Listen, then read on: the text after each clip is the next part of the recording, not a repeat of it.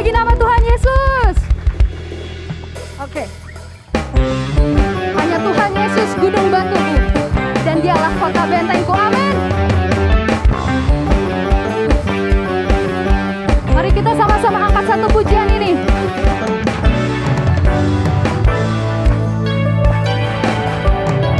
Kau gunung batuku dan kau kota bentengku, tak akan ku ragu.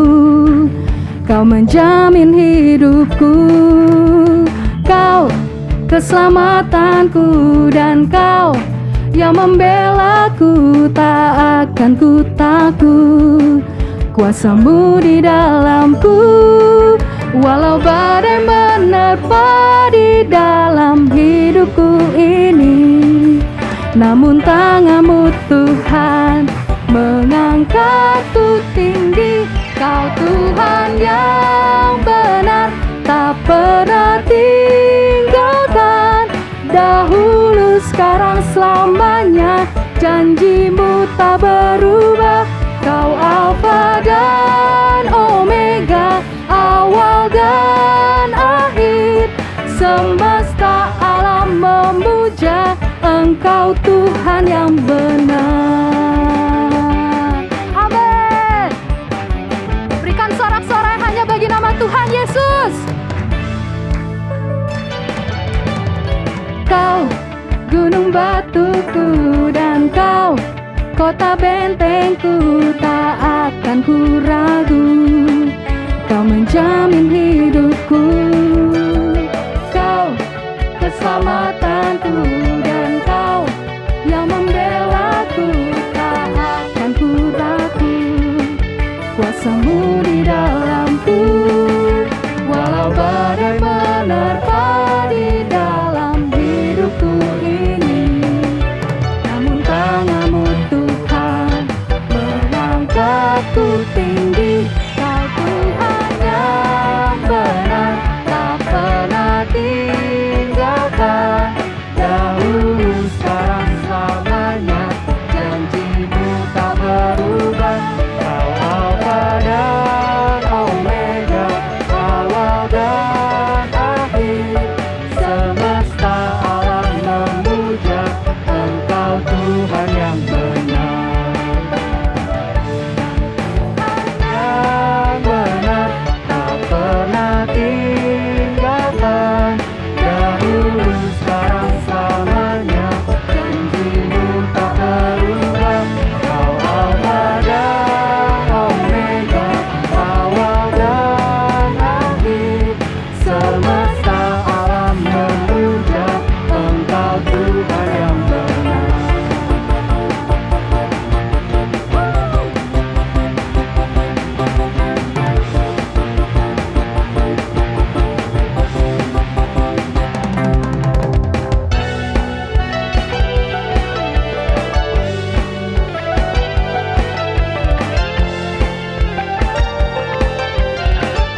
Walau badai menerpa, walau badai menerpa di dalam hidupku ini. Namun tanganmu Tuhan mengangkatku tinggi. Yang benar, tak pernah tinggalkan. Dahulu, sekarang, selamanya, janjimu tak berubah. Dan Omega, awal dan akhir. Semesta alam memuja Engkau Tuhan yang benar. Semesta alam memuja, semesta alam memuja, semesta alam memuja Engkau Tuhan yang benar.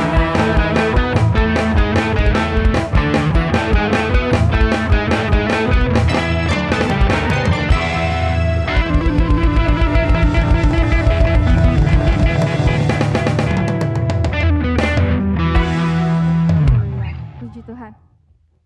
Mari Bapak Ibu, kita sama-sama mempersiapkan hati kita. Kita masuk ke dalam hadiratnya dengan lebih sungguh-sungguh lagi.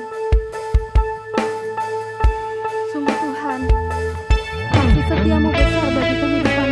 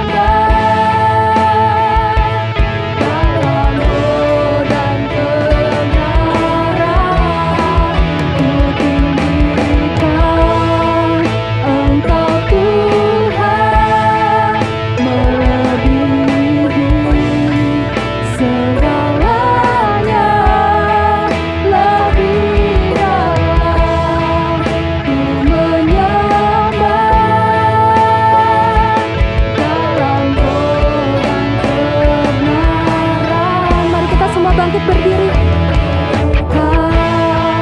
Engkau Tuhan melebihi segalanya, lebih dalam ku menyembah dalam roh dan sekali lagi katakan, ku tinggikan Kau Tuhan.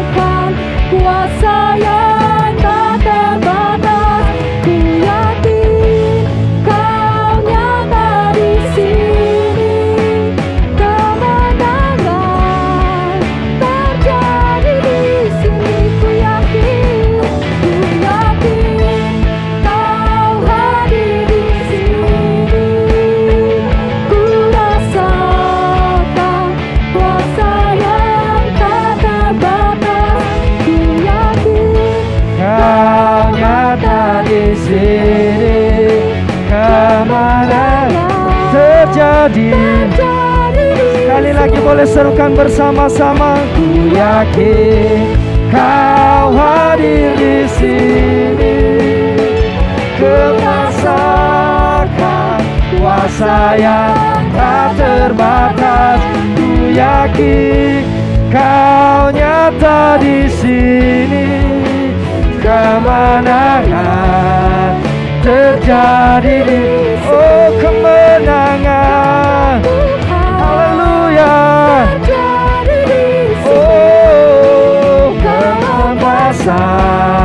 Haleluya, terjadi di sini.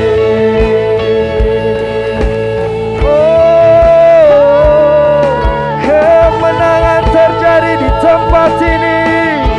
Kemenangan terjadi di tempat ini Tuhan. Haleluya, Yesus. Kemenangan terjadi di tempat ini. Haleluya, haleluya. Kemenangan terjadi di tempat ini. Haleluya. Boleh naikkan suaramu pagi hari ini sama-sama menyembah Tuhan. Mari kita nikmati hadirat Allah bersama-sama. Haleluya, haleluya, haleluya. Yesus, kemenangan terjadi di tempat ini. Haleluya, haleluya. Mari sembah Dia, mari sembah Dia, mari sembah Dia. Haleluya, haleluya.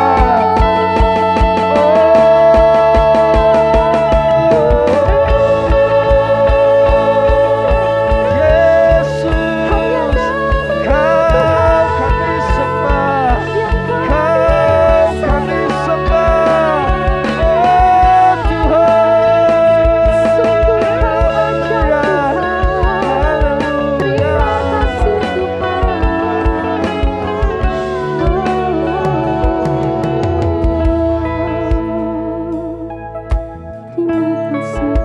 Kita mengangkat tangan kita bersama-sama pagi hari ini di hadapan Tuhan.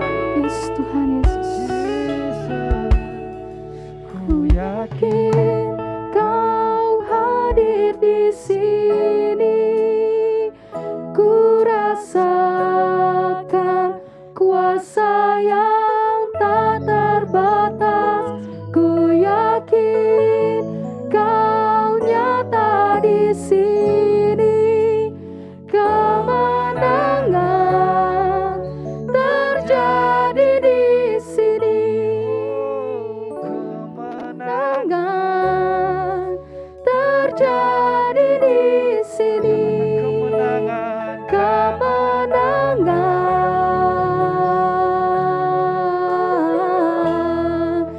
terjadi di sini.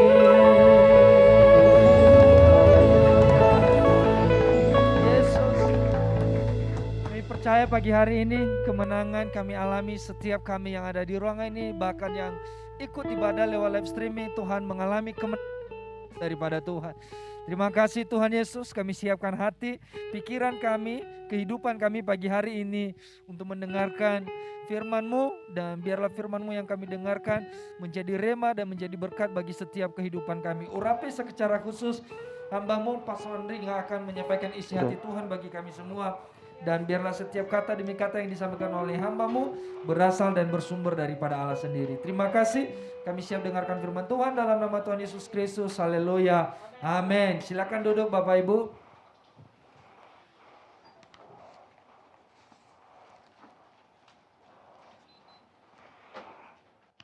Puji Tuhan. Sekali lagi puji Tuhan. Selamat pagi saudara sekalian. Dan selamat Natal bagi kita semua, yang baik yang sudah saya beri selamat Natal maupun yang belum, nggak apa-apa. Mari pada hari Minggu terakhir di tahun 2021 ini, saya mengajak kita kembali berkonsentrasi kepada pesan Tuhan Yesus kepada jemaat akhir zaman. ada 7 gereja Tuhan di Asia Kecil yang mewakili jemaat akhir zaman, yaitu jemaat pada saat ini, pada hari-hari ini. Dan 7 model gereja ini juga mendapatkan pesan yang juga berbeda, tidak sama satu dengan yang lain. Dan mari kita saat ini membuka Wahyu pasal 3. Wahyu 3 ayat 1. Wahyu 3 ayat 1. Dan tuliskanlah kepada malaikat jemaat di Sardis. Inilah firman Dia yang memiliki 7 roh Allah dan 7 bintang itu. Aku tahu segala pekerjaanmu. Engkau dikatakan hidup, padahal engkau mati. Sardis artinya adalah pangeran sukacita. Jadi itu arti kata nama Sardis. Jadi seharusnya kota itu adalah kota penuh dengan sukacita. Tapi apa yang dipesankan oleh Tuhan Yesus atau malaikat Tuhan dalam hal ini, di dalam ayat selanjutnya nanti kita lihat, bukan sebuah kabar sukacita. Sardis adalah ibu kota kerajaan Lydia dari kekaisaran Persia yang kemudian dikuasai oleh Romawi dan sekarang berada di kawasan Turki. Di sini Tuhan Yesus diperkenalkan sebagai yang memiliki 7 roh Allah. Apa artinya memiliki 7 roh Allah ini? Wahyu 4 ayat 5. Wahyu 4 ayat 5. Dan dari tahta itu keluar kilat dan bunyi guruh yang menderu, dan 7 obor menyala-nyala di hadapan tahta itu. Itulah 7 roh Allah. 7 roh Allah ini menggambarkan kuasa Allah yang menghanguskan, yang menghancurkan, yang tidak bisa ditahan oleh apapun juga. Dan angka 7 merupakan gambaran tentang angka yang sempurna. Berarti di sini 7 roh Allah ini menggambarkan Tuhan Yesus yang memiliki kuasa Allah yang sempurna. Jadi dihadirkan di sana, di Sardis, karena di setiap gereja ini, gereja akhir zaman atau 7 gereja ini, Tuhan Yesus memperkenalkan dirinya secara berbeda satu dengan yang lain. Tapi di Sardis diperkenalkan sebagai yang memiliki 7 roh Allah. Artinya menggambarkan kuasa Allah yang sempurna. Jadi belum apa-apa sudah hadir suatu otoritas yang kuat di sana. Dan diperkenalkan di sana, diingatkan kepada gereja akhir zaman. Ini memang ditujukan surat ini kepada gereja di Sardis, tapi sebetulnya gereja akhir zaman termasuk kita semua. Bahwa Tuhan Yesus itu mempunyai otoritas yang tidak dapat tertandingi oleh apapun. Dan dikatakan juga di sana pada Wahyu 3 ayat 1, Tuhan Yesus diperkenalkan bahwa ada 7 bintang. Dikatakan di sana, inilah firman Dia yang memiliki 7 roh Allah dan 7 bintang itu. Apa artinya 7 bintang ini? Wahyu 1 ayat 20. Wahyu 1 ayat 20.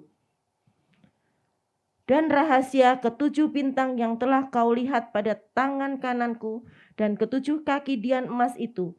7 bintang itu ialah malaikat, 7 jemaat, dan 7 kaki dian itu ialah 7 jemaat. Jadi dijelaskan di sana di Wahyu 1 ayat 20 bahwa 7 bintang itu adalah gambaran malaikat gereja Tuhan. Dan dikatakan juga ada 7 kaki dian, itu gambaran 7 jemaat. Kaki dian di sini tidak menggambarkan Roh Kudus, tetapi menggambarkan Roh Kudus yang bersatu dengan jemaat atau jemaat Roh Kudus. Artinya jemaat yang penuh dengan Roh Kudus. Itu digambarkan dengan 7 kaki dian.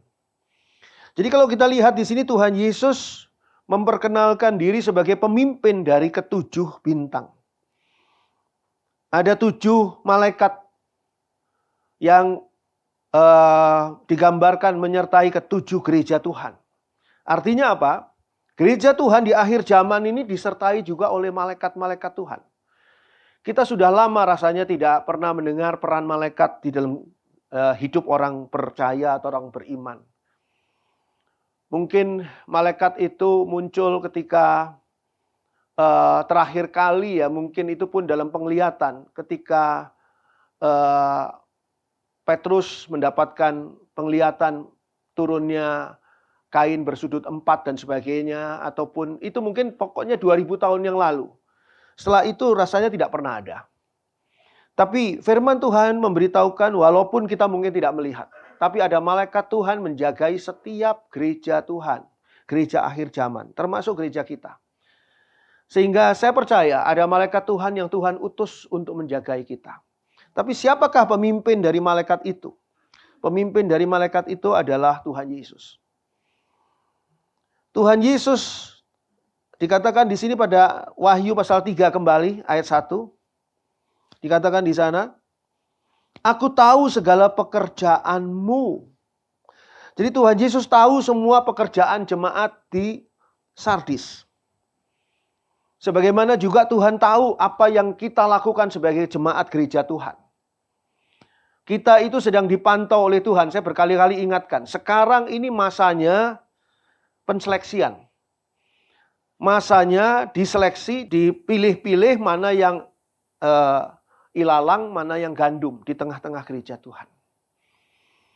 Jadi apa yang menjadi pekerjaan kita, apa yang menjadi tingkah laku kita, perbuatan kita, mungkin orang lain tidak tahu, tetapi Tuhan Yesus tahu. Aku tahu semua pekerjaanmu. Lalu diteruskan oleh Tuhan Yesus di sana pada ayat 1. Engkau dikatakan hidup, padahal engkau mati. Jadi banyak gereja Tuhan yang dikatakan hidup, tetapi sesungguhnya mati. Kenapa dikatakan hidup? Banyak gereja Tuhan yang berpenampilan sebagai gereja yang hidup. Jadi kegiatannya, terus penampilannya, aktivitasnya luar biasa. Mungkin sebuah gereja yang jemaatnya juga begitu banyak dan sebagainya. Tapi semua ini hanyalah bungkusnya saja. Bungkusnya itu seperti gereja yang hidup. Tetapi sesungguhnya sedang membungkus gereja yang mati. Esensinya, isinya adalah gereja yang mati.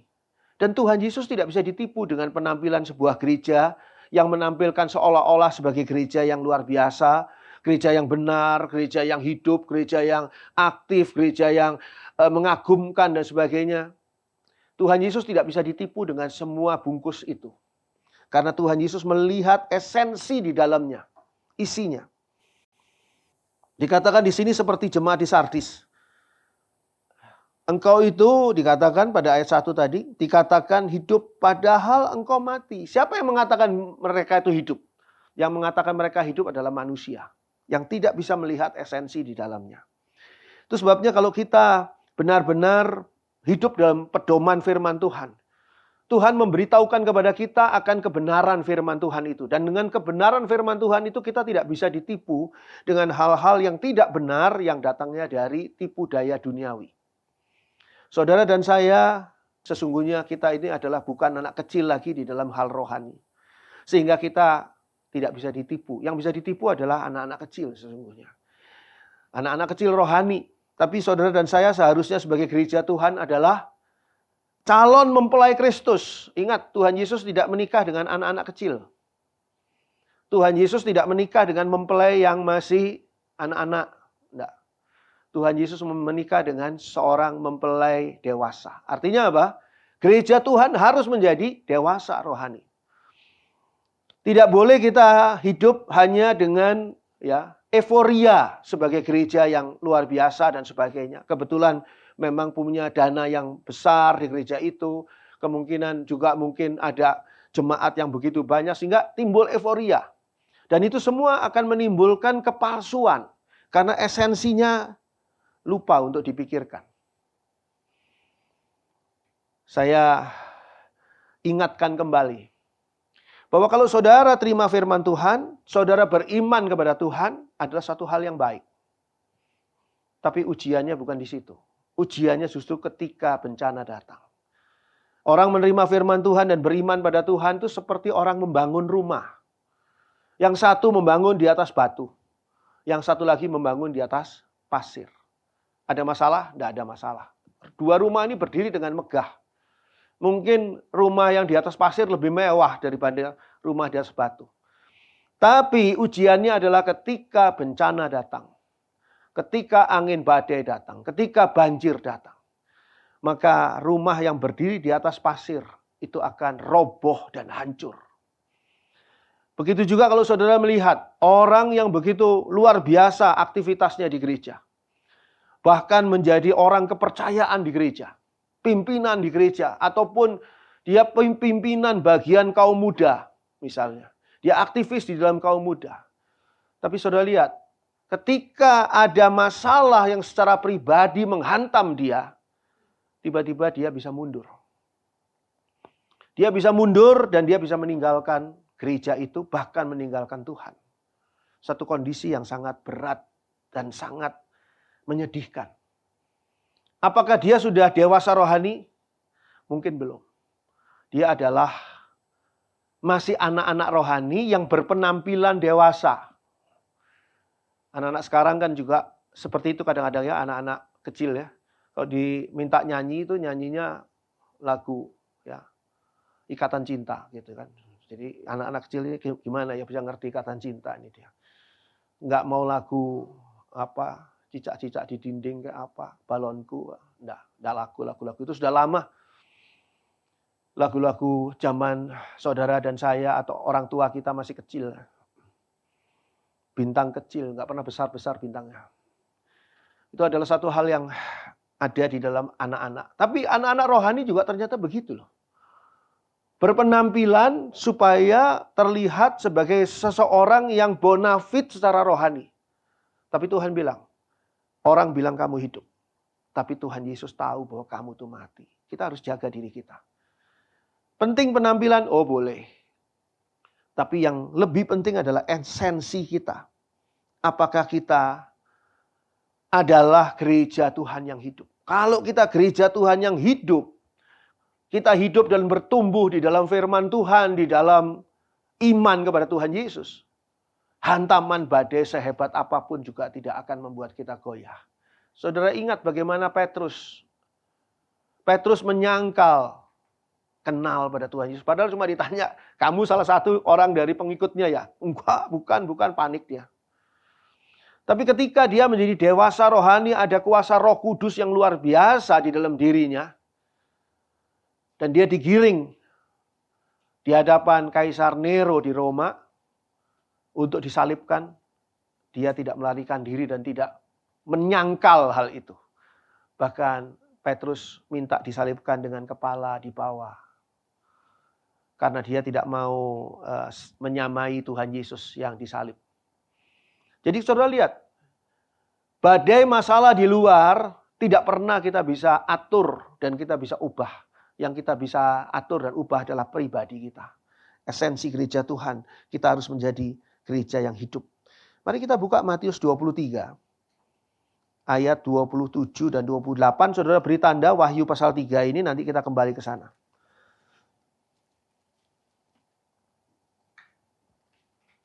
Matius 23 ayat 27 dan 28.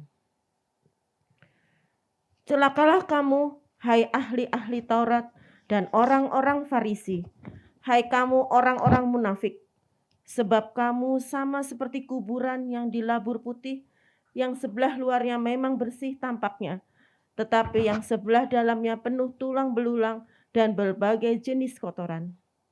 Demikian jugalah kamu, di sebelah luar kamu tampaknya benar di mata orang, tetapi di sebelah dalam kamu penuh kemunafikan dan kedurjanaan. Itu sebabnya kita perlu penampilan. Tapi jauh lebih perlu adalah isinya, esensinya. Jangan seperti kuburan-kuburan yang indah. Ya, saudara lihat kuburan-kuburan, apalagi kalau kuburan orang kaya. Biasanya kuburannya begitu indah, diurus, dirawat dengan baik. Tapi di dalamnya tersisa hanyalah sisa-sisa kematian. Jadi kalau kita lihat di sini Tuhan Yesus mau ajarkan kepada kita, penting kamu memastikan bahwa di gereja akhir zaman, kita itu adalah orang-orang yang mempunyai esensi sebagai gereja yang hidup. Gereja yang hidup, yang penuh dengan kuasa Tuhan, dan hidup dalam kebenaran firman Tuhan. Dan ini yang perlu menjadi perhatian kita. Ketika kita menjadi gereja akhir zaman. Gereja akhir zaman itu berbeda loh dengan gereja mula-mula.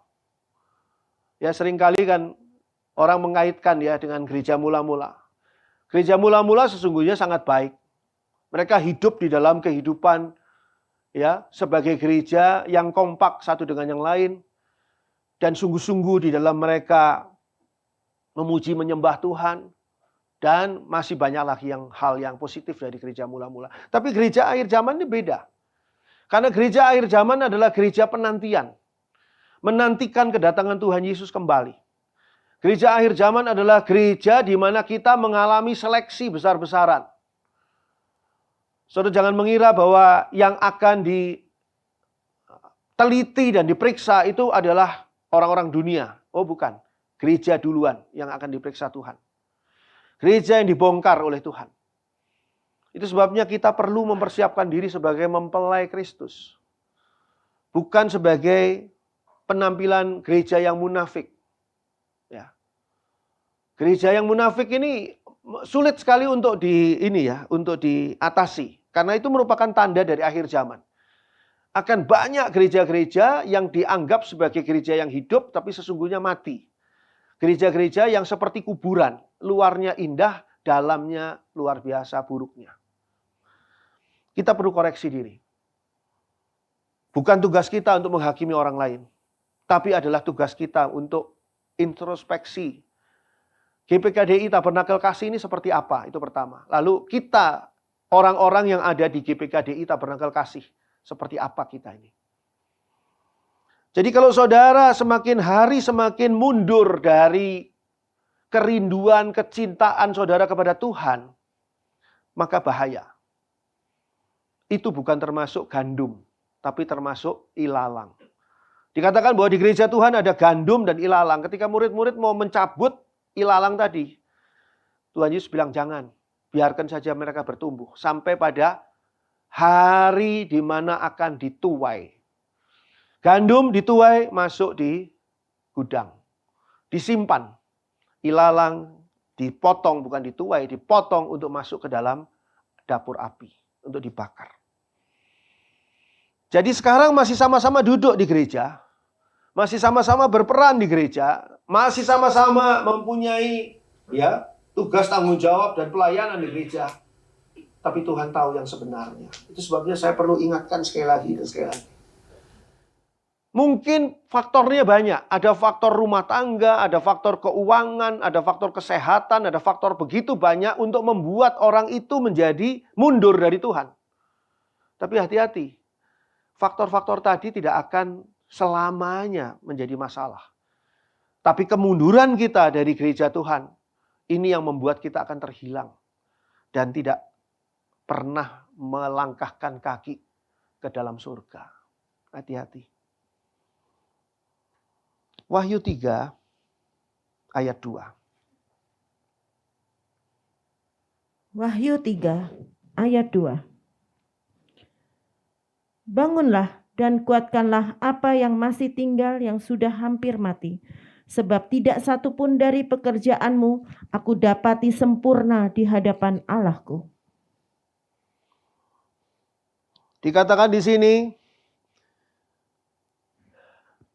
setelah Tuhan Yesus menyatakan bahwa engkau kelihatannya hidup padahal mati, di Wahyu 3 ayat 2 ada setitik harapan.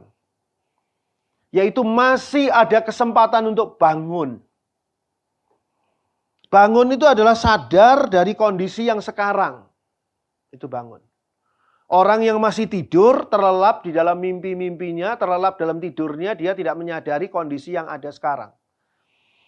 Tapi orang yang menyadari atau bangun, dia akan menyadari kondisinya yang sekarang. Dikatakan pada ayat 2. Bangunlah dan kuatkanlah apa yang masih tinggal yang sudah hampir mati. Ternyata ada yang sudah hampir mati. Ada banyak jemaat Tuhan di gereja akhir zaman yang sudah hampir mati di tengah-tengah semaraknya gereja. Salah satu penyebab adalah virus corona. Membuat apa? Membuat orang takut. Takut pergi ke gereja. Membuat orang lebih memilih live streaming. Ini jemaat yang ikut live streaming ada nih sekarang. Tapi live streaming itu harusnya diikuti oleh jemaat yang online. Yaitu jemaat yang ada di luar negeri, ada di luar kota. Sekarang ada jemaat-jemaat luar kota nih yang lagi ikut. Bahkan ada jemaat luar negeri yang lagi ikut live streaming kita. Dan kita berdoa supaya live streaming ini lancar. Tapi kalau jemaat yang ada di dalam kota, seharusnya kalau menurut saya, datanglah ke ibadah. Wah, tapi nanti nggak aman, takutnya gini, takutnya gitu. Oh, virus dengan varian baru. Saudara, saya sudah beritahu dari sejak bulan Maret 2020 bahwa virus corona tidak akan pernah berakhir. Saya sudah beritahu kan ini loh. Orang masih berharap kan, oh ini tahun 2021 udah nggak ada virus corona karena sudah ada vaksin. Vaksin itu hanya melengkapi kita supaya kita lebih mampu menghadapi virus corona. Tapi virus corona nggak akan berakhir. Akan muncul varian-varian baru. Dan saudara tahu varian barunya? Tidak pernah tahu. Tidak ada bocoran. Varian baru yang nanti muncul di awal tahun 2022 adalah begini-begini. Nggak ada. Nggak ada. Tiba-tiba muncul dan tiba-tiba dengan seluruh tanda-tandanya dan tiba-tiba sekian orang kena dan sebagainya. Bagaimana dengan orang yang sudah divaksin? Orang yang sudah divaksin bisa menghadapi itu. Sejauh itu memang masih cocok dengan vaksinnya, itu cocok dengan virus virus varian baru. Kalau nggak cocok, cari lagi vaksinnya. Saudara divaksin lagi. Orang yang divaksin bahkan sudah di booster saja masih bisa kena. Ya, Putri Indonesia kena kan? Di mana kenanya? Nggak tahu di sana. Untuk bertanding menjadi apa? Putri dunia, bukan Putri dunia, Miss World. Indonesia wakilnya berapa orang? Satu lah, masa Indonesia wakilnya 2, 3, nggak ada satu. Satu itu kena COVID. Siapa yang mau yang bisa menduganya? Ada yang ingin kena COVID? Nggak ada yang ingin kena COVID. Berusaha untuk tidak. Tapi ya namanya, ini akhir zaman loh. Ini akhir zaman. Bahasanya akhir zaman itu sudah beda dengan gereja-gereja di masa lalu. Sekarang, gereja zaman dulu itu gimana? Gereja didatangi orang-orang banyak, pakai pentungan, pakai api, dibakar gerejanya. Mati gerejanya? Enggak. Muncul lagi gereja yang sama ini, jemaatnya pindah ke tempat lain. Ada banyak teman-teman saya, hamba-hamba Tuhan yang gerejanya di pinggiran kota Bandung, diserang sama gerombolan-rombongan, pindah. Kami sekarang di sini Pak Andri, oh ya, ayo nanti kita kapan-kapan kerjasama. Mereka pindah, tapi ketika virus corona menghantam, nggak pakai rombongan, nggak pakai pentungan, nggak pakai api, nggak pakai bakar. Langsung ciut. Itu yang saya katakan tadi. Membangunnya di atas apa? Kalau membangunnya di atas batu, karang, rumah tadi nggak akan roboh. Tapi ketika bangunnya di atas pasir itu riskan loh buat berdirinya bangunan. Karena pasir itu bisa dibawa lari oleh air. Air di bawah tanah, bukan air di atas, air di bawah tanah. Pasirnya diseret oleh air, ya rumahnya jeblos. Robohlah rumah itu. Dan kondisi seperti ini terjadi ketika COVID. COVID ini parah banget memang, betul-betul. Kita harus waspada, tapi kita tidak boleh takut. COVID mau menghentikan gereja Tuhan. Kalau gereja Tuhan tidak mau dihentikan oleh COVID, Tuhan yang memberi kekuatan dan Tuhan yang memberi perlindungan. Saudara takut COVID, semakin COVID membayang-bayangi saudara. Jadi kalau orang lain berdiri di tempat terbuka, panas matahari, lihat bayangannya sendiri kan. Kok dia bayangannya COVID.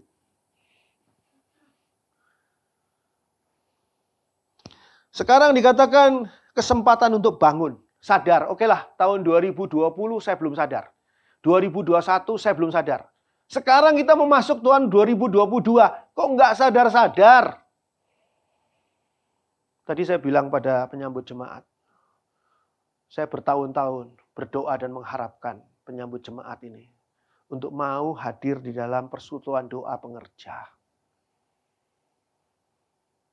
Terus saya nggak tunggu jawaban mereka, saya ngeloyor aja pergi. Daripada saya sakit hati, ya kan? Lindungi hatimu.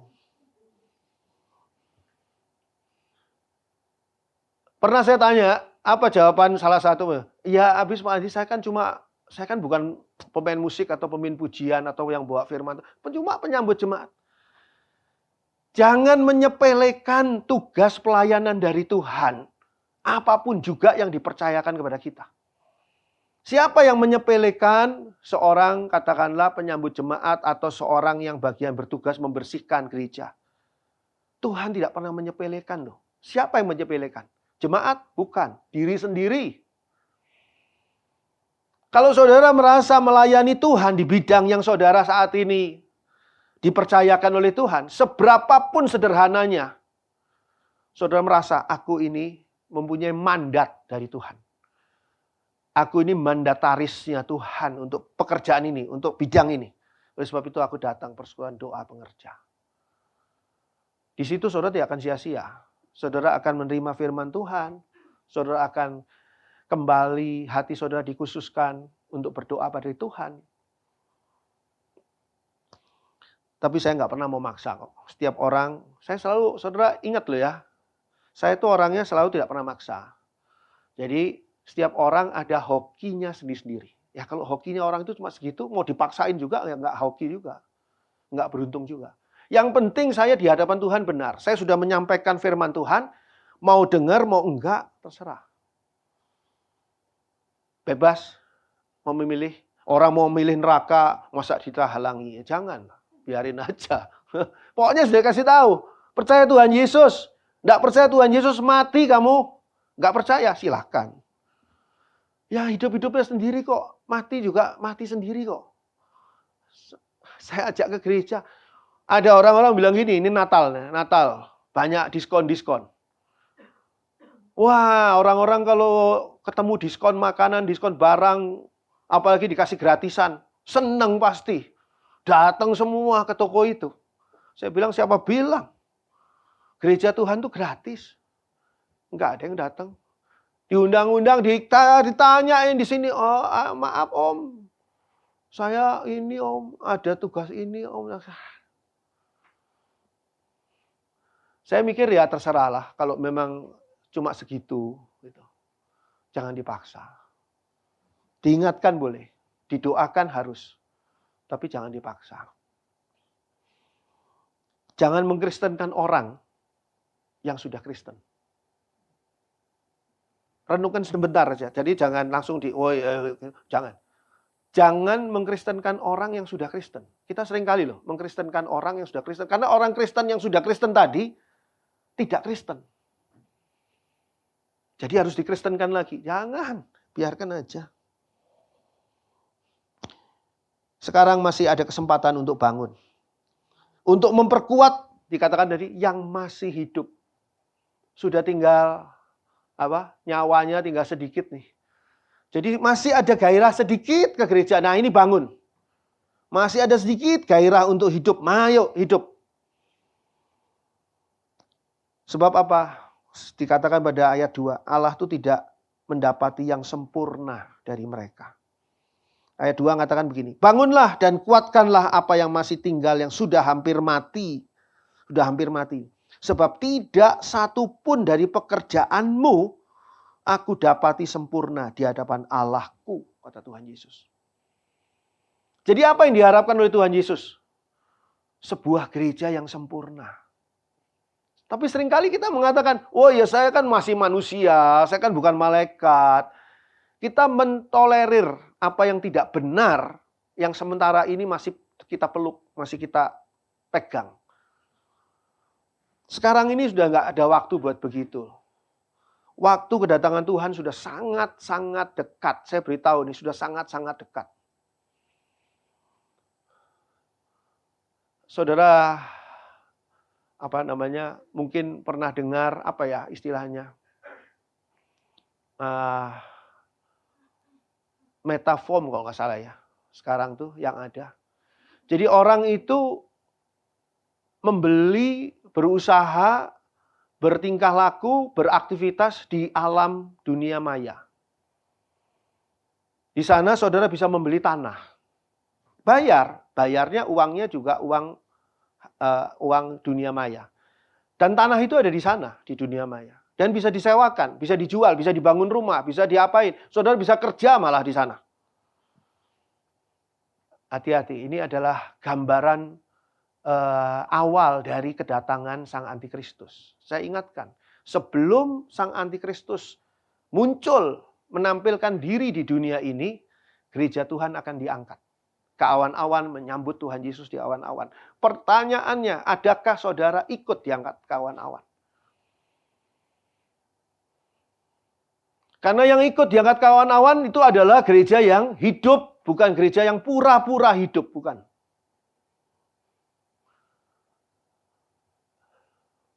Sekarang yang ajaib juga begini.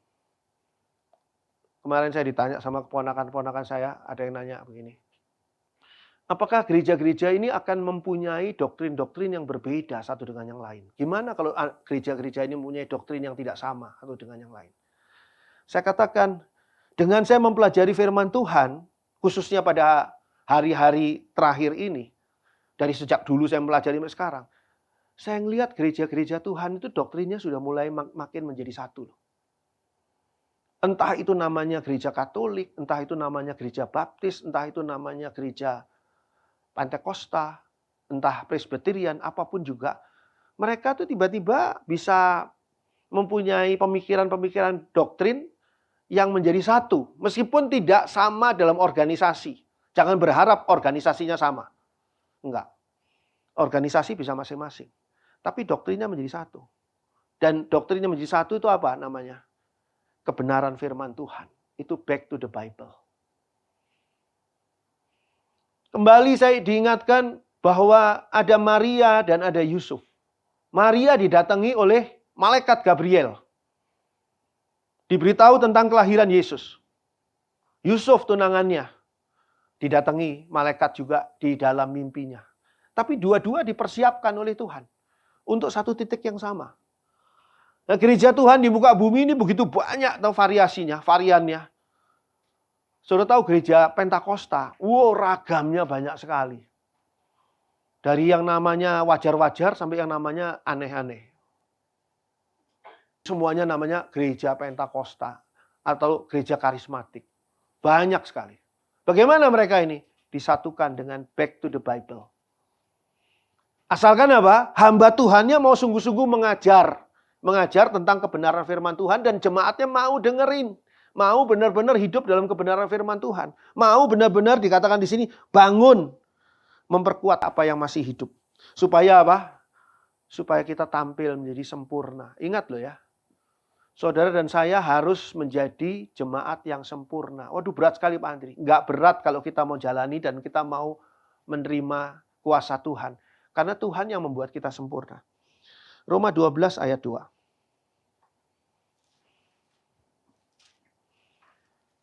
Roma 12 ayat 2. Janganlah kamu menjadi serupa dengan dunia ini, tetapi berubahlah oleh pembaharuan budimu, sehingga kamu dapat membedakan manakah kehendak Allah, apa yang baik, yang berkenan kepada Allah, dan yang sempurna. Jadi targetnya apa? Targetnya adalah kita harus melakukan apa yang baik, apa yang berkenan kepada Allah, dan yang sempurna. Itu targetnya. Kalau ada hamba Tuhan yang mengkhotbahkan lain, dia mengkhotbahkan keluar dari kebenaran firman Tuhan. Allah menghendaki saudara dan saya sempurna. Jangan berpikir kita cuma sekedar bertobat gitu. Hidup baru, bukan. Kita harus menjadi sempurna. Karena kita harus menjadi serupa dengan Kristus. Kalau saudara tidak sempurna, maka sesungguhnya ketika saudara mengatakan saya sudah serupa dengan Kristus, saudara sudah menurunkan nilainya Kristus menjadi nilai tidak sempurna Kristus itu. Kristus itu sempurna. Dan kita harus menjadi sempurna seperti Kristus. Bagaimana caranya? Ditunjukkan di sini. Janganlah kamu menjadi serupa dengan dunia ini. Itu pertama. Kalau mau sempurna, mau berkenan di hadapan Tuhan, melakukan apa yang baik, jangan pernah menjadi serupa dengan dunia ini. Dunia ini akan makin lama makin gila dan makin hancur. Makin masuk di dalam New Age Movement. Itu masih terjadi loh sampai hari ini. Dan New Age Movement ini sekarang dipercepat dengan COVID. Ini luar biasa. Ini luar biasa. Kita harus tidak serupa dengan dunia. Bagaimana caranya tidak serupa dengan dunia? Bukan cuma sekedar aneh, tidak serupa dengan dunia. Cari model lain, bukan. Kalau kita hidup dalam kebenaran firman Tuhan, kita dengan sendirinya tidak akan menjadi serupa dengan dunia. Lalu kedua, tetapi berubahlah oleh pembaruan budimu. Setelah kita menerima bahwa saya tidak mau menjadi serupa dengan dunia, berubah. Prinsip dasar kekristenan adalah berubah. Karena apa? Kita bertobat. Bertobat itu meninggalkan hidup kita yang lama, dosa kita yang lama, dan kita mulai dalam hidup yang baru dalam Tuhan Yesus. Dan ini membutuhkan perubahan. Di dalam Tuhan Yesus kita adalah ciptaan yang baru, berarti berubah. Ingat sekali lagi, ini semua dikatakan kepada saudara dan saya karena apa? Karena kita punya free will. Kehendak bebas kita. Mau berubah atau enggak? Saudara boleh 30 tahun berada di gereja. Tidak akan pernah berubah kalau free will saudara tidak mau berubah. Di gereja, apalagi gereja-gereja tua ya. Gereja-gereja katedral yang tua, yang tinggi, yang gitu. Seringkali ada apa? Ada burung gereja. Tidak pernah menjadi Kristen, burung gereja itu. Cicak-cicak di gereja, dengerin khotbah, lebih rajin daripada saudara. Mendengarkan himne-himne pujian kepada Allah. Luar biasa, cicak-cicak itu. Malah kagum-kagum cicak itu kepada penyanyi-penyanyi pujian itu. Cek, cek, cek, cek, cek, cek katanya dia. Kagum. Jadi Kristen? Tidak. Tikus-tikus gereja, jadi Kristen? Tidak. Jangan menjadi seperti mereka. Burung gereja, cicak gereja, tikus gereja, kecoa. Ada nggak ya kecoa di gereja? Saya harap sih nggak ada ya, karena harusnya dibersihin. Ya. Ada ya? Oh, harus dibersihin itu. Itu berarti kurang bersih. Atau ada yang bawa dari rumah, jangan-jangan loh. Bisa loh. Dari rumah dia ada bawa kecoa di bajunya, dia nggak kerasa setir mobil sampai di gereja dilepas. Kecoanya jalan. Jangan jadi itu. Mereka semua itu akan tinggal di dalam kehancuran. Saudara dan saya mau masuk surga kan? Jadi dikatakan di sini, sehingga kamu dapat membedakan manakah kehendak Allah. Saudara bisa membedakan nggak? Antara kehendak Allah dengan kehendak pribadi. Ketika ego saudara tampil, kehendak Allah akan mengecil gitu. Tidak terdengar. Kehendak Allah, apa yang baik, yang berkenan kepada Allah, dan yang sempurna. Ini tuntutan yang harus dipenuhi. Ada dua hal penting yang harus dilakukan oleh gereja akhir zaman yang ditunjukkan melalui gereja di Sardis. Wahyu 3 ayat 3. Wahyu 3 ayat 3. Karena itu ingatlah bagaimana engkau telah menerima dan mendengarnya, turutilah itu dan bertobatlah.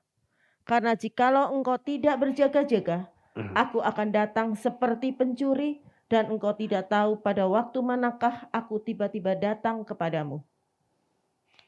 Ada dua hal penting yang harus dilakukan. Pertama adalah harus mengingat kembali semua firman Tuhan yang pernah saudara dengar dan saudara terima. Waduh Pak Andri nggak bisa tuh ngingetin. Harus bisa. Ingat saja tidak, gimana mau melaksanakannya? Ingat saja tidak firman Tuhan. Terus nanti kalau di depan pengadilan Tuhan, kenapa kamu nggak jalan ke firman Tuhan? Lupa. Plok. Keplak sama malaikat Tuhan. Nggak bisa. Saudara harus ingat firman Tuhan. Ingat firman Tuhan itu bukan mengingat seluruh khotbahnya. Firman Tuhan yang disampaikan tuh intisarinya apa nih hari ini? Hari ini intisarinya apa? Ingat firman Tuhan. Ingat kembali semua firman Tuhan yang pernah diterima dan didengar. Artinya apa? Artinya tidak pernah dibuang, tidak pernah dilupakan. Selalu ada tersimpan dalam hati saudara firman Tuhan itu. Ayatnya saudara mungkin nggak hafal. Oke lah, alamat ayatnya apalagi saudara nggak hafal. Oke, nggak masalah. Cuma firman Tuhan apa yang saudara terima pada hari ini? Ketika saudara membaca renungan pagi hari, ketika saudara membaca ayat firman Tuhan yang dikirimkan dengan susah payah oleh Ibu Heni. Saudara terima sesuatu nggak dari itu? Atau ya. Kalau belum, protes. Heni, mana ayatnya kok nggak ada? Oh, protes, padahal nggak dibaca juga. Jangan sok gitulah. Itu tanda-tanda mati tapi pengen kelihatan hidup itu. Janganlah. Ya ini jadi juga nanya sama saya, Pak, ini ayatnya belum loh. Belum karena saya belum dapat. Saya juga nggak mau ngasih-ngasih ayat karangan saya. Ini dulu tunggu. Kadang-kadang jam 1 subuh saya dapatnya, kadang-kadang jam 9 pagi baru saya dapat. Sabar dulu lah. Ayat hari ini apa? Ini pertanyaan jadi serem. Saudara saya terima, susah payah ini mengirim. Udah baca saudara? Ya nanti Pak Andri pulang dari gereja. Oh ya, baik. Saya mah orang nggak pernah maksa. Nggak pernah maksa, nggak pernah nanya, siapa yang sudah membaca angkat tangan, siapa yang nggak. Saya nggak pernah maksa. Masa bodoh, tiap-tiap orang itu ada hokinya sendiri-sendiri. Yang nggak hoki, yang nggak terima surga. Dan setelah kita mengingat kembali semua firman Tuhan yang pernah kita terima dan kita dengar, kita harus menurutinya dan melakukannya. Dan bertobat, dikatakan pada Wahyu pasal 3, ayat 3. Karena itu ingatlah bagaimana engkau telah menerima dan mendengarnya. Turutilah itu dan bertobatlah. Tidak ada gunanya dengar firman Tuhan, hafal, ingat semuanya tapi nggak bertobat. Hidupnya masih sama seperti di masa lalu. Tidak bertobat, hidup dalam dosa, tetap hidup dalam dosa. Apakah nggak tahu? Tahu. Hidup dalam dosa. Tapi tidak mau melepaskan, tidak mau bertobat. Tanggung jawabmu sendiri, saya katakan. Tanggung jawabmu sendiri. Saya tugasnya hanya mengingatkan. Seperti ketika Yunus mengingatkan kota Niniwe. Tugasnya Yunus apa? Cuma mengingatkan. Tapi karena dari raja sampai kucing bertobat semua di kota Niniwe, maka Tuhan gak jadi membongkar balikkan kota Niniwe. Kisah Para Rasul 3 ayat 19. Saudara beri tanda ya, Wahyu pasal 3 ya. Kisah Para Rasul 3 ayat 19. Karena itu sadarlah dan bertobatlah, supaya dosamu dihapuskan. Bagaimana caranya dosa dihapuskan? Tentu oleh darah Tuhan Yesus. Tapi bagaimana, apa yang harus kita lakukan? Dikatakan pada Kisah Para Rasul 3 ayat 19 sangat sederhana. Dikatakan di sana, sadarlah. Kita menyadari dosa kita. Kita menyadari kesalahan kita. Sadar itu bukan ingat. Sadar itu artinya mengiyakan. Iya Tuhan, itu saya salah. Itu sadar. Kalau ingat sih, kemarin kamu gangguin cewek di sana ya. Katanya kamu tugas kerja, tapi kok gangguin cewek di sana. Diingat-ingat, iya ingat. Salah kamu ya? Enggak salah. Saya gangguin supaya cewek itu seneng, cewek itu bahagia. Jadi dia tidak sadar akan kesalahannya. Dikatakan di sini,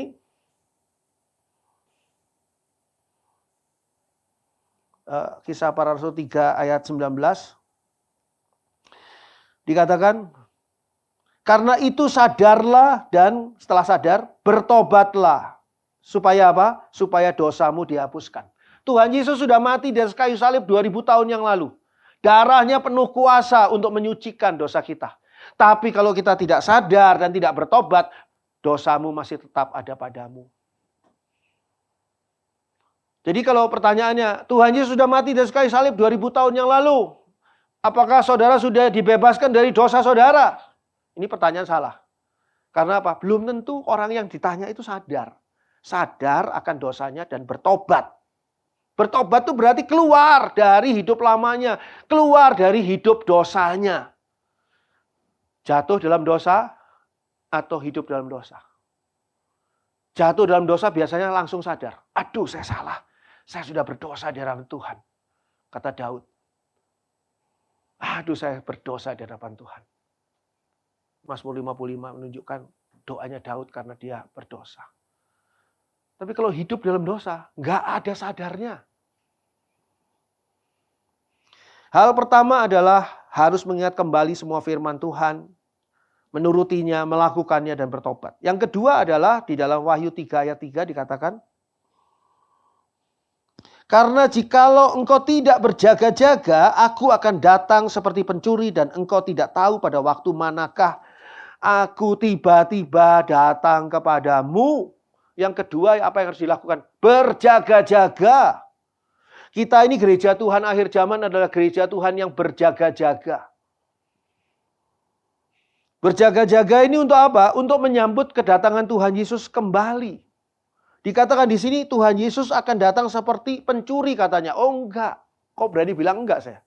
Tuhan Yesus itu adalah mempelai pria, kita mempelai wanita.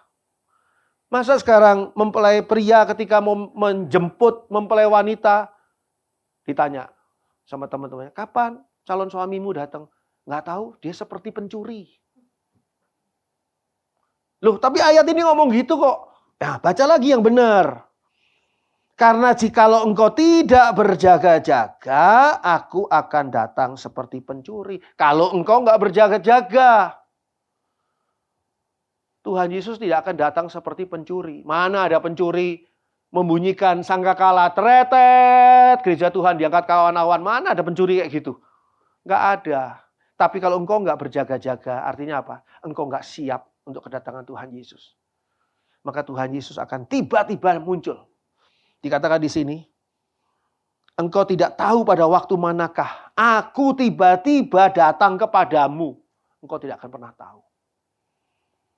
Karena apa? Karena itu memang kairos. Bukan kronos di dalam agenda. Bukan. Tapi kairos. Mana ada yang tahu kairos? Mesias ditunggu 400 tahun oleh bangsa Israel. Baru munculnya nanti di Bethlehem, Efrata. Itu pun gak banyak yang tahu. Wahyu 3 ayat 4.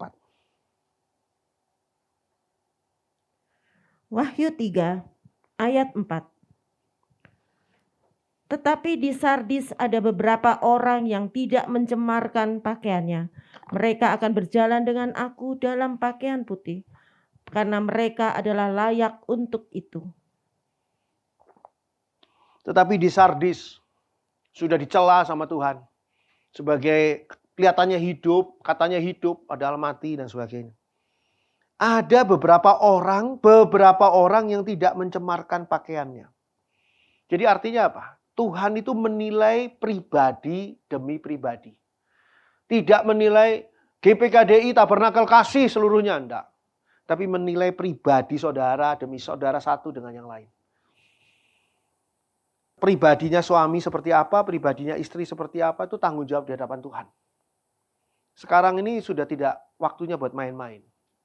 Sekarang ini adalah waktunya serius. Itu sebabnya puji Tuhan ada virus corona. Sebab apa? Virus corona itu mengingatkan kepada kita. Hei, waktunya sudah dekat. Tiba-tiba orang menjadi ketakutan. Takut apa? Takut mati. Kalau dulu orang bersin-bersin, batuk, nggak takut apa-apa orang kan. Sekarang batuk, bersin, demam. Wah, jangan-jangan ini. Tuhan menilai setiap pribadi, bukan kelompok jemaat. Sehingga Tuhan juga tahu orang-orang yang menjaga kesucian hidupnya.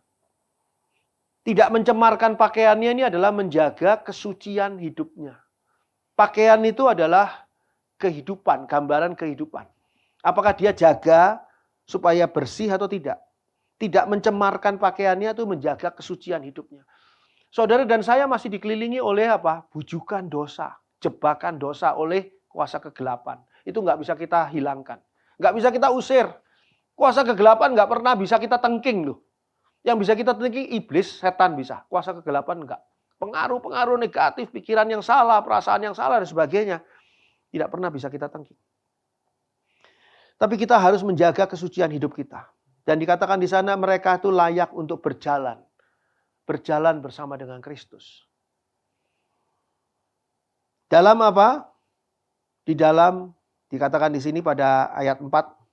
Tetapi di Sardis ada beberapa orang yang tidak mencemarkan pakaiannya. Mereka akan berjalan dengan aku dalam pakaian putih. Orang tadi sudah tidak mencemarkan pakaiannya kan? Kenapa kau harus berjalan lagi dengan pakaian putih? Pakaian putih di sini gambaran yang berbeda. Pakaian putih di sini adalah gambaran pakaiannya Adam dan Hawa sebelum jatuh dalam dosa. Yaitu Shekinah Glory. Yaitu cahaya kemuliaan Allah.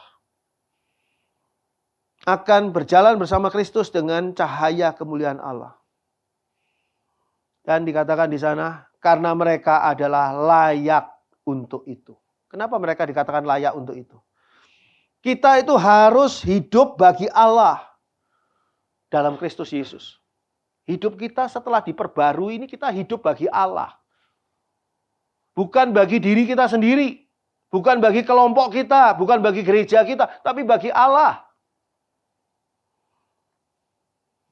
Sehingga kita dianggap layak oleh Tuhan. Kita teruskan. Wahyu pasal 3. Ayat yang kelima. Wahyu 3 ayat 5. Barang siapa menang, ia akan dikenakan pakaian putih yang demikian. Aku tidak akan menghapus namanya dari kitab kehidupan, melainkan aku akan mengaku namanya di hadapan Bapa-Ku dan di hadapan para malaikatnya. Jadi, apakah kita harus menang? Harus, dan nggak ada alternatif lain.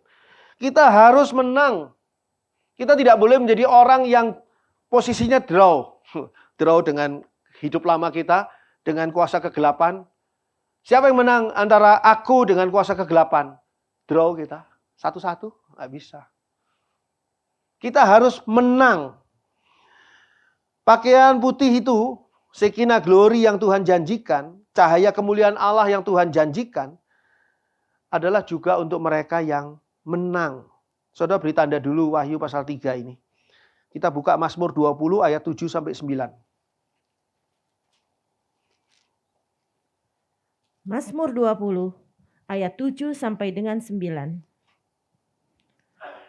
Sekarang aku tahu bahwa Tuhan memberi kemenangan kepada orang yang diurapinya dan menjawabnya dari sorganya yang kudus. Dengan kemenangan yang gilang gemilang oleh tangan kanannya. Orang ini memegahkan kereta dan orang itu memegahkan kuda. Tetapi kita bermegah dalam nama Tuhan Allah kita. Mereka rebah dan jatuh, tetapi kita bangun berdiri dan tetap tegap. Ini akhir dari peperangan rohani kita. Mampukah kita menang? Saudara jangan mengira setan iblis itu lemah. Setan iblis itu kuat, hebat.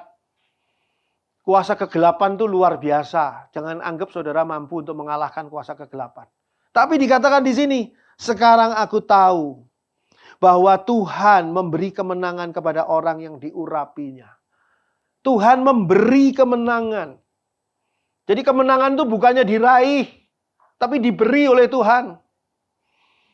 Dan menjawabnya dari surga yang kudus dengan apa? Kemenangan yang gilang gemilang oleh tangan kanannya. Bukan oleh tangan kanan kita, bukan oleh kekuatan kita, tapi oleh tangan kanannya. Orang-orang dunia memegahkan kereta, orang-orang dunia memegahkan kuda. Kalau di dalam zaman dulu kalau perang, punya banyak kereta perang dan punya banyak kuda untuk berperang. Wah, itu kuat pasukannya. Dibandingkan cuma nyeker jalan kaki. Sebab dari kuda bisa ditebas kepalanya orang yang jalan kaki tadi. Kuat sekali. Tapi orang itu membanggakan, saya punya sekian ribu kereta perang. Saya punya sekian ribu kuda untuk berperang. Tapi dikatakan, tapi kita bermegah dalam nama Tuhan Allah kita. Bagaimana kita bisa bermegah dalam nama Tuhan Allah kita kalau kita nggak dekat dengan Tuhan? Kalau kita nggak akrab dengan Tuhan, kalau kita masa bodoh dengan hidup kita mau hidup seenak-enaknya.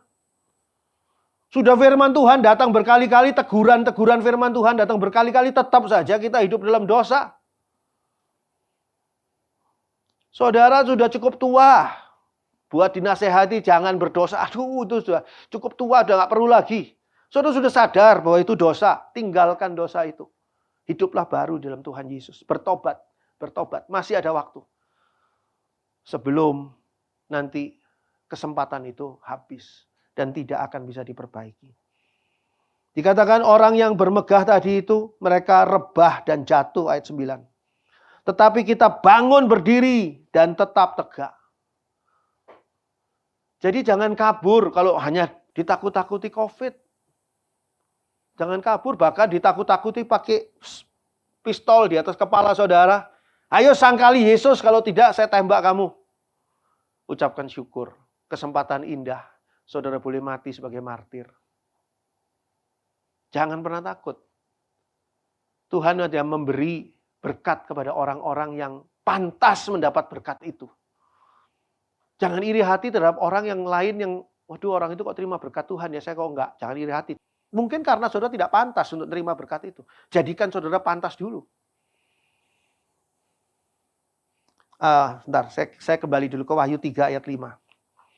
Di sana dikatakan yang menang itu adalah dikatakan namanya tidak akan dihapus dari kitab kehidupan. Apa artinya? Artinya namanya akan diakui oleh Tuhan di hadapan Allah. Dan berarti apa? Kalau yang kalah namanya akan dihapus. Di-delete dari kitab kehidupan. Nama saudara dan saya sudah ditebus oleh Tuhan Yesus Kristus. Sudah lahir baru. Kita menerima Tuhan Yesus sebagai juru selamat kita. Nama kita ada di surga. Di kitab kehidupan. Tapi kalau kita kalah. Hilang. Delete. Oleh sebab itu saudara pastikan saudara tidak kalah di dalam kehidupan saudara saat ini dengan segala macam tekanan. Tekanan ekonomi, tekanan masalah penyakit, masalah keluarga, masalah apa. Jangan seperti anak kecil. Coba pandang yang paling utama, paling esensinya. Menjadi gereja Tuhan yang hidup. Yang remeh-temeh, jangan saudara, lalu tapi Tuhan gini sih, kemarin saya doa gak dijawab, saya minta kayak gini Tuhan gak kabulkan. Jangan yang remeh-temeh lah, jangan yang eceran begitu, yang receh-receh.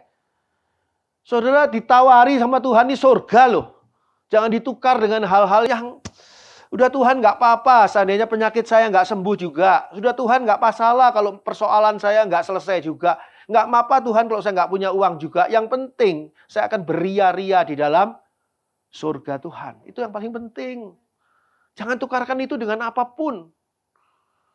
Apalagi aduh di gereja ceweknya nggak ada yang cantik, cowoknya nggak ada yang ganteng, saya mau pindah ke tempat lain. Jangan saudara tukarkan hal itu dengan saudara belum sempat menikah dengan cewek cantik tadi, dengan cowok ganteng tadi, Tuhan Yesus sudah keburu datang dan saudara sudah namanya di-delete di album buku kitab kehidupan. Wahyu 3 ayat 6. Wahyu 3 ayat 6. Siapa bertelinga, hendaklah ia mendengarkan apa yang dikatakan Roh kepada jemaat-jemaat. Saya beritahukan kepada saudara, pesan sepenting apapun, ini kan pesan ini. Pesan untuk 7 gereja Tuhan. Pesan sepenting apapun tidak ada gunanya kalau tidak didengarkan.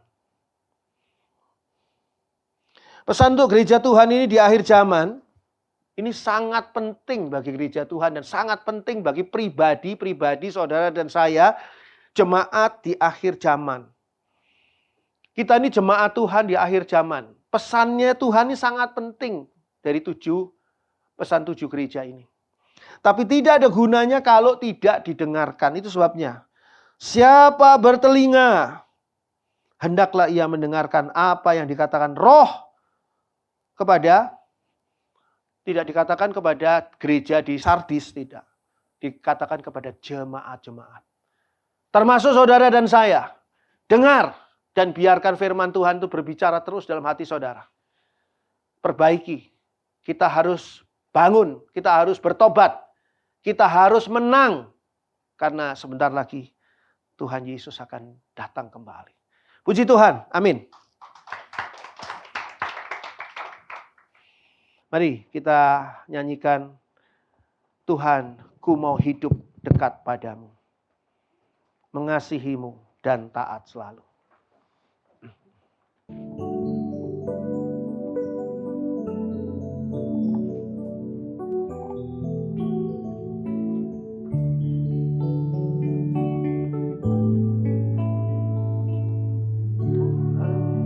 Ku mau hidup dekat padamu,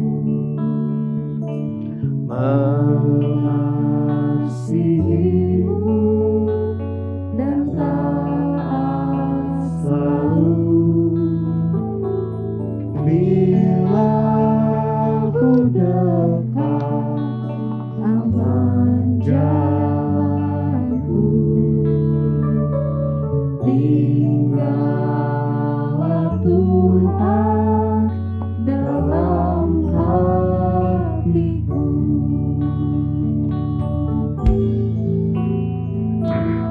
Walau perjalanan gelap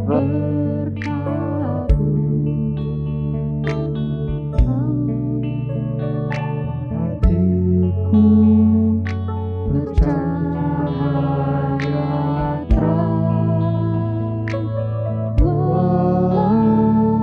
jalanku lelah dan penuh. Di dalam Tuhan,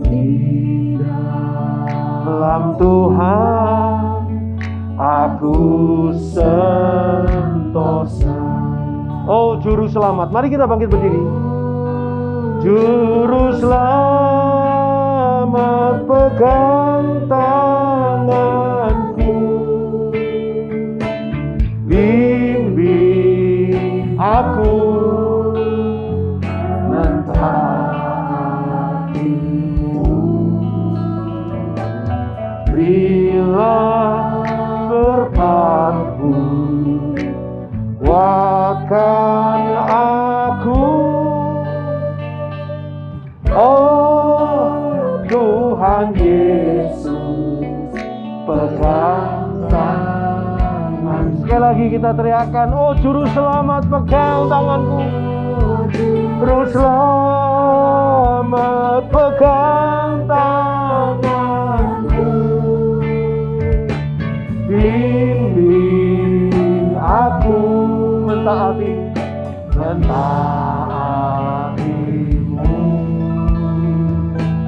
Berilah berkat-Mu, kuatkan aku.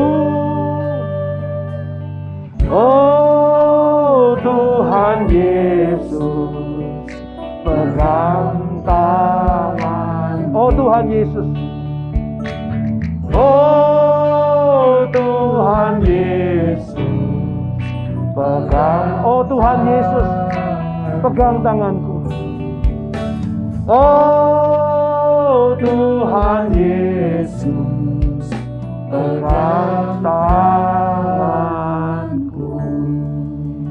Bapa di dalam surga, Bapa yang sungguh nyata mengasihi kami, Engkau tidak mau kehilangan kami, sehingga Engkau memberikan pesan yang penting bagi kami semua, gereja-Mu di akhir zaman, jemaat-Mu di akhir zaman, untuk serius menantikan Tuhan Yesus, berjaga-jaga dengan kedatangan Tuhan Yesus kembali, yang tidak akan lama lagi. Engkau menunjukkan kepada kami Tuhan, peringatan-peringatan yang sangat penting harus kami lakukan, tidak boleh kami abaikan. Tuhan, ampuni kami jika selama ini kami menganggap enteng, menganggap ringan akan kedatangan Tuhan Yesus kembali.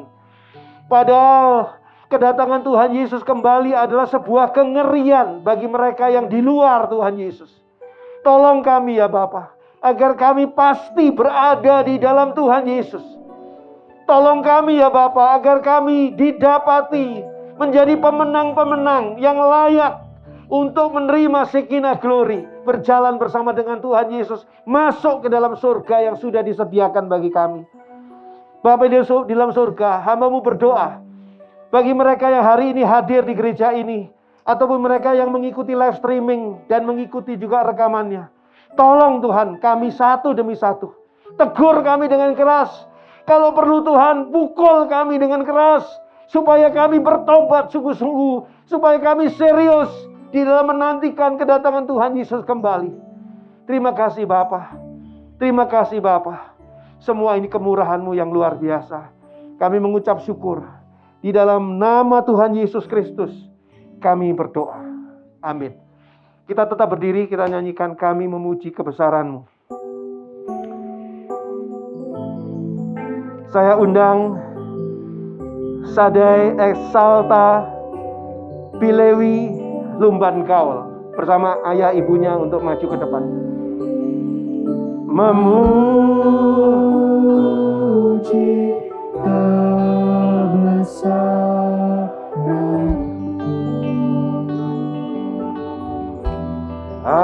ajaib Tuhan, ajaib Tuhan. Kami memuji kebesaran-Mu. Kami memuji kebesaran-Mu, ajaib Tuhan, ajaib Tuhan. Bapa di dalam surga, Allah yang Maha Kuasa, seluruh isi surga menyaksikan pada hari ini diserahkan Sadai Eksalta Pilewi Lumban Kaul di hadapan seluruh jemaat GPKDI Tabernakel Kasih, baik yang hadir di sini maupun yang mengikuti live streaming. Diserahkan ke dalam tangan kuasa Tuhan, sebagaimana Tuhan Yesus sendiri diserahkan di hadapan Tuhan ketika Tuhan Yesus masih kanak-kanak. Bapa di dalam surga, biarlah anak ini boleh benar-benar menjadi anak yang dikasih oleh Tuhan di dalam kasih kemurahan-Mu. Hamba memohonkan otoritas-Mu Tuhan, menumpangkan tangan. Hai Sadai Eksalta Pilewi Lumban Kaul, Engkau menjadi kasih sayang Allah. Allah tidak akan meninggalkan Engkau. Allah akan menyertai-Mu kemanapun Engkau pergi. Apapun yang Engkau hadapi, jangan pernah takut, jangan pernah khawatir, karena Allah di pihak-Mu. Kasih kemurahan Allah, berkat Allah tidak akan pergi meninggalkan engkau. Engkau menjadi murid Tuhan Yesus. Engkau menjadi milik Tuhan Yesus hari ini sampai selama-lamanya. Tuhan berkati akan kedua orang tuanya, baik Andrian maupun Modi. Tuhan berkati mereka agar mereka boleh menjadi pasangan yang semakin kuat di dalam cinta kasih. Rumah tangga mereka semakin bahagia, penuh dengan damai sejahtera. Hamba menumpangkan tangan Tuhan untuk Toho Andrianto Lumban Kaul. Engkau tetap menjadi suami yang baik, dan sekarang engkau menjadi ayah yang baik bagi anakmu. Dan kasih karunia Allah, kemampuan, kemenangan, pertolongan Allah akan menyertai apa yang engkau harus hadapi sebagai seorang suami maupun sebagai seorang ayah. Begitu juga hamba-Mu menumpangkan tangan Tuhan untuk Yosefin Ardiana yang saat ini Tuhan membawa Yosefin Ardiana Modi yang membawa anaknya. Tuhan, tetap engkau menjadi Allah bagi Yosefin Ardiana Modi. Engkau tetap menjadikan Modi sebagai ibu yang baik bagi anaknya dan istri yang setia kepada suaminya. Tuhan berkati rumah tangga ini, berkati kehidupan mereka. Engkau tidak akan meninggalkan rumah tangga ini dan keluarga mereka Tuhan. Hari demi hari, apapun yang mereka hadapi, Engkau Tuhan yang akan menjaga. Tuhan lindungi keluarga ini dari COVID-19. Tolong Tuhan, teristimewa Tuhan jagai Sadai dari COVID-19. Lindungi dia dari segala hal yang buruk. Jagai dan lindungi senantiasa. Hindarkan dari mara bahaya, bencana, kecelakaan, musibah apapun juga. Berkati Tuhan keluarga ini. Berkati keluarga ini boleh menjadi kemuliaan bagi nama Tuhan. Dan keluarga ini boleh menjadi berkat bagi banyak orang. Terima kasih Bapa. Anak ini diserahkan di dalam nama Tuhan Yesus Kristus. Di dalam kuasa Allah. Atas nama Bapa, Putra dan Roh Kudus. Ai Sadai Eksalta Pilewi Lumban Kaul. Engkau berada di dalam tangan Allah. Dalam nama Tuhan Yesus. Haleluya. Amin. Puji Tuhan. Selamat ya. Silakan duduk. Ada beberapa pengumuman yang perlu saya sampaikan. Hadirilah kebaktian Natal, kebaktian anak lewat Zoom pada hari Rabu tanggal 29 Desember 2021 jam 6 petang lewat Zoom. Temanya adalah Jesus is my superhero. Dan dianjurkan anak-anak untuk memakai baju superhero favoritnya ya.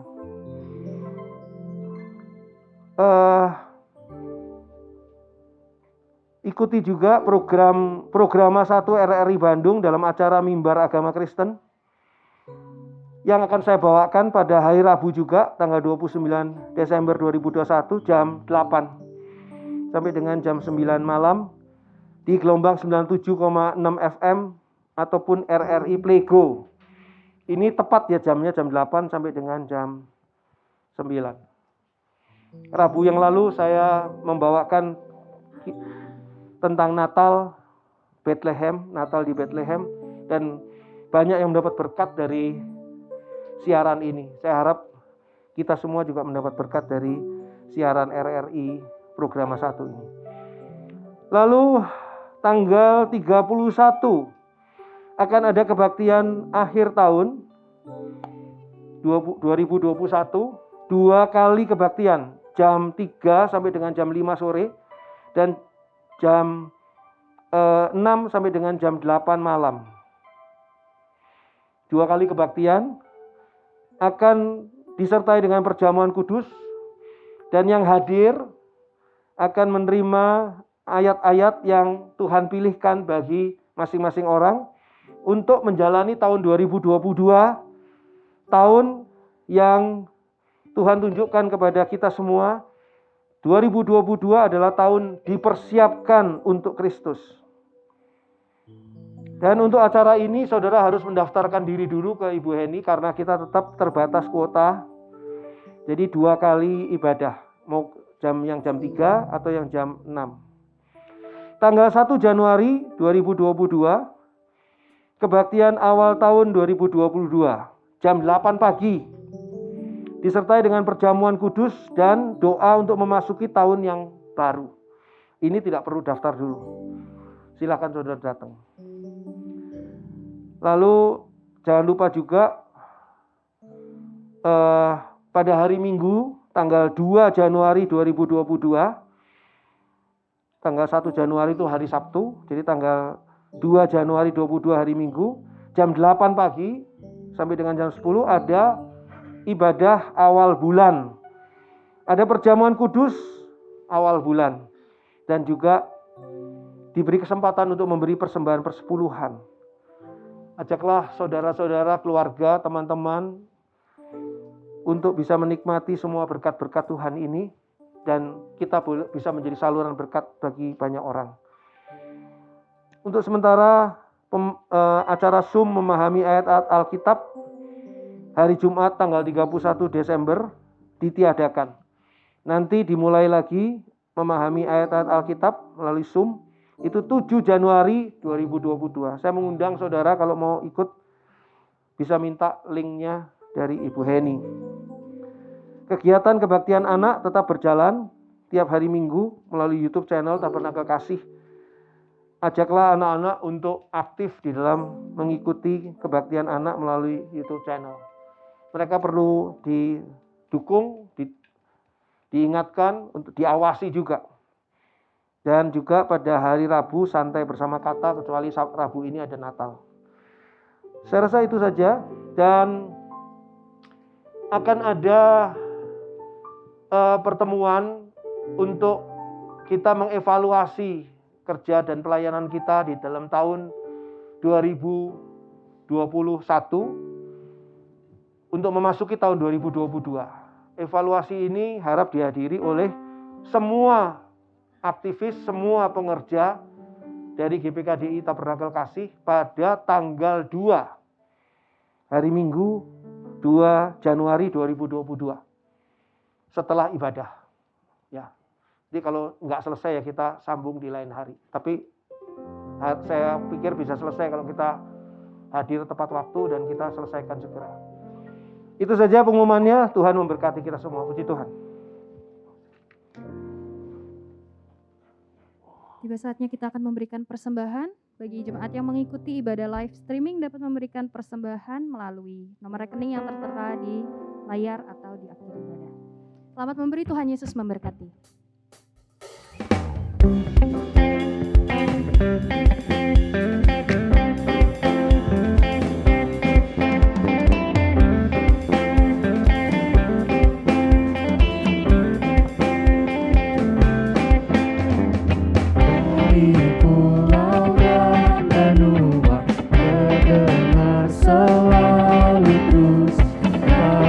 Pujian semua bagi nama penebus. Muliakan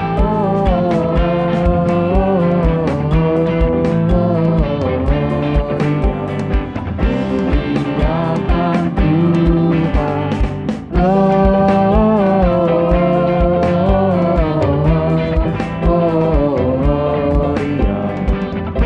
muliakan Tuhan.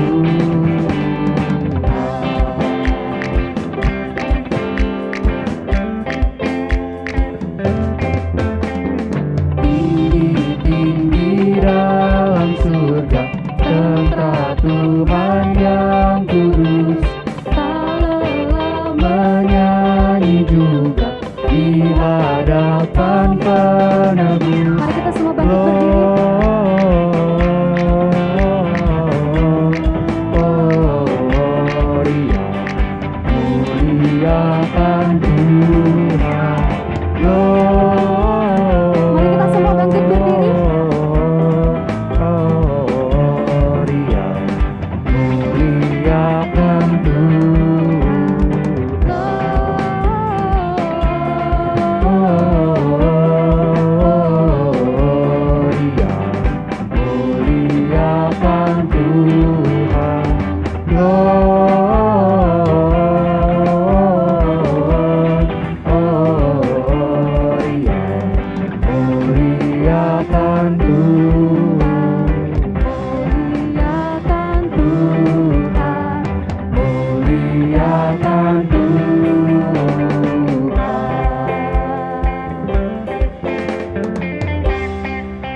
Bapak, terima kasih pagi hari ini kami sudah diizinkan oleh Tuhan, diberikan kesempatan untuk beribadah, untuk memuji Tuhan, untuk menyembah Tuhan dan mendengarkan kebenaran firman Tuhan.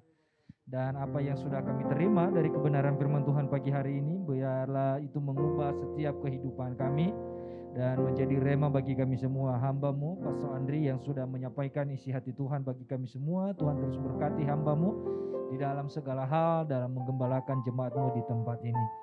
Terima kasih Bapak, setiap persembahan yang sudah dibawa di hadapan Tuhan pada pagi hari ini, baik yang melalui tempat ini maupun melalui transfer bank ya Bapak, lewat live streaming. Tuhan Yesus berkati setiap tangan-tangan yang sudah memberi dengan berlimpah kali ganda di dalam segala hal, dalam setiap aspek kehidupan mereka jemaat Tuhan. Dalam usaha, bisnis, pekerjaan, keluarga mereka diberkati oleh Tuhan. Terima kasih ya Bapak, pada pagi hari ini kami berdoa buat persiapan juga ibadah akhir tahun pada tanggal 31 yang akan datang. Seluruh tim yang terlibat yang mengambil bagian ya Tuhan, Tuhan tolong persiapkan, berkati kesehatan mereka dan berikan pengurapan yang secara khusus ya Tuhan, sehingga ibadah akhir tahun yang akan datang dapat berjalan dengan baik dan nama Tuhan dipermuliakan, dan kami boleh mengalami Tuhan pribadi lepas pribadi pada malam pergantian tahun tersebut ya Tuhan. Terima kasih, kami serahkan ke dalam tangan-Mu seluruh hidup kami ya Tuhan. Kami mohon terus Tuhan memimpin kami, melindungi, menutup bungkus kami dengan kuasa-Mu ya Bapa, sehingga kami dalam kondisi yang sehat, bugar, dan tidak ada satupun di antara kami yang mengalami hal-hal yang buruk yang tidak bersumber daripada Allah sendiri. Kami akan tetap sehat, kami akan bersuka cita, menikmati setiap hari yang baru berkat daripada Tuhan. Terima kasih ya Bapa. Tolong Tuhan Yesus pegang tangan kami juga untuk terus berjalan dalam kebenaran, melakukan firman Tuhan, hidup seperti Engkau yang kehendaki ya Tuhan. Terima kasih sehingga kami semakin hari semakin sempurna sama seperti Kristus sempurna. Bapa, kami serahkan hidup kami, sebentar lagi kami akan berpisah dari tempat ini. Tapi kami percaya Tuhan sendiri akan menolong kami sampai ke rumah kami masing-masing dengan selamat, bertemu dengan keluarga kami maupun akan melakukan aktivitas yang lain dengan penuh sukacita daripada Tuhan. Terima kasih. Bapak, Ibu, dan Saudara yang dikasihi dalam nama Tuhan Yesus Kristus, mari kita pulang dengan menerima berkat daripada Tuhan Yesus Kristus. Diberkatilah engkau ketika engkau masuk, diberkatilah engkau ketika engkau keluar. Apapun yang dikerjakan oleh tanganmu dibuat berhasil oleh Tuhan. Engkau semakin naik dan bukan semakin turun, menjadi kepala dan bukan menjadi ekor. Kasih, sukacita, damai sejahtera serta persekutuan dengan Roh Kudus melingkupi dan memenuhi setiap kehidupan kita. Mulai saat pagi hari ini sampai Tuhan Yesus datang yang kedua kali. Di dalam nama Tuhan Yesus Kristus kami berdoa dan mengucap syukur buat ibadah pagi hari ini. Haleluya. Haleluya. Bapa